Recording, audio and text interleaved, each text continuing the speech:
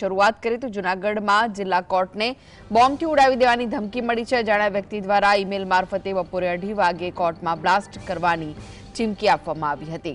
આ ગંભીર ઈમેલ મળતા જ પોલીસ કાફલો, ફાયર બ્રિગેડ અને બોમ્બ ડિસ્પોઝલ સ્ક્વોડ તાત્કાલિક ઘટનાસ્થળે પહોંચી ગયા।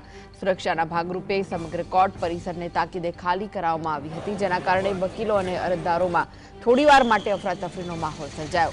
પોલીસ દ્વારા કોર્ટના એક ખૂણામાં ઝીણવટભરી તપાસ હાથ ધરાઈ છે। જો કે પ્રાથમિક તપાસમાં હજુ સુધી કોઈ શંકાસ્પદ વસ્તુ મળી આવી નથી।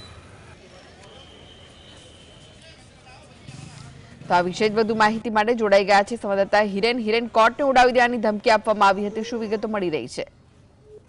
ચોક્કસ જણાવી દઉં કે જૂનાગઢ જિલ્લા પોલીસને એક ઈમેલ મળ્યો છે કે 2:30 વાગ્યે જૂનાગઢ જિલ્લા કોર્ટને બોમ્બથી ઉડાવી દેવામાં આવશે।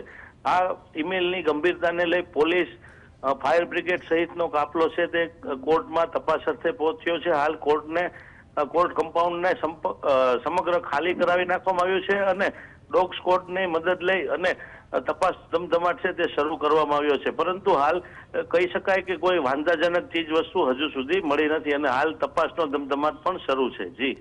જી આભાર હિરેન, માહિતી આપવા માટે।